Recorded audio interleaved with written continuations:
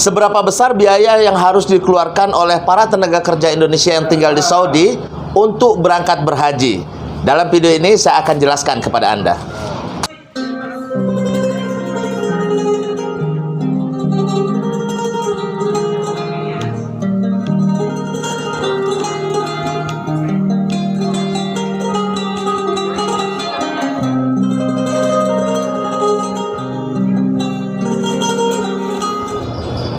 Cara lain untuk bisa haji tanpa antri adalah Anda dengan menjadi tenaga kerja ke Saudi Arabia.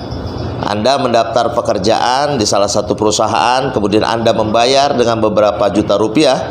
Anda sudah bisa datang ke Saudi Arabia dan memanfaatkan waktu selama Anda tinggal di Saudi Arabia untuk mengerjakan ibadah haji.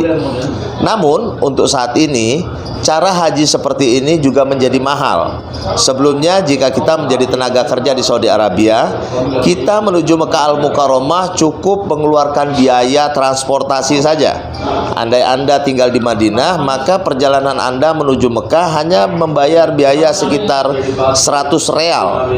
Kemudian ada persyaratan yang harus dipenuhi, yaitu membeli tasreh. Tasreh pada saat itu hanya sekitar 2.000 real saja. Namun saat ini, jika Anda haji dengan menggunakan visa tenaga kerja, Anda harus membayar tasreh, masyahir atau akomodasi di Mina dan Arafah itu sekitar 12.000 real, atau untuk uang Indonesia itu 40 juta lebih.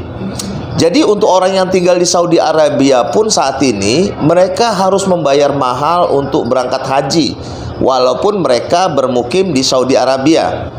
Terlebih lagi pada saat ini aturan ini menjadi makin ketat. Sebagai perumpamaan, kalau dulu kita yang tinggal di Madinah cukup membawa uang sekitar 2.000 untuk bekal perjalanan, ongkos dan makan setelah membeli tasreh. Tapi saat ini, selain itu kita juga harus membeli pembiayaan untuk tenda di Mina dan di Arafah. Nah, apa akibatnya jika kita melakukan pelanggaran ini? Nasib buruknya jika kita ditangkap oleh petugas, bagi Anda yang menjadi tenaga kerja, Anda akan langsung dideportasi pulang. Dan lebih buruk lagi, Anda bisa dipenjara hingga 10 tahun. Nah, memang haji ini kita perlu dukungan spirit dari keluarga, dan tentunya kita harus banyak berdoa kepada Allah Subhanahu wa taala. Karena yang mempermudah dan mempersulit adalah Allah, bukan keadaan-keadaan. Karena keadaan-keadaan yang menciptakan adalah Allah Subhanahu wa taala. Banyak juga teman-teman yang menyebut haji sendal jepit ini mereka lancar-lancar saja, tetapi ada juga yang tidak lancar. Maka penting diperhatikan beberapa hal saat Anda menjadi haji sendal jepit ini. Di antaranya adalah sangat berhati-hati. Sangat berhati-hati maksudnya dengan orang tidak dikenal. Karena orang yang tidak dikenal ini berkemungkinan adalah intel-intel yang disebar oleh pemerintah Saudi Arabia untuk menangkap orang-orang yang tidak memiliki tasreh saat berhaji. Dan celakanya kadang-kadang pelakunya adalah orang-orang Indonesia. Sebagai salah satu contoh, satu orang teman dia berbicara dengan satu orang yang tidak dikenal selama di perjalanan. Kemudian dia menanyakan bagaimana haji. Akhirnya terungkaplah bahwa mereka adalah bukan haji reguler dan haji plus. Nah, setelah orang yang diajak berbicara ini pergi, maka petugas pun datang menangkap teman yang berbicara tadi. Dan penting, memang keadaan-keadaan Allah lah yang menciptakan. Maka tawajuh kepada Allah, banyak berdoa kepada Allah agar perjalanan haji kita dimudahkan.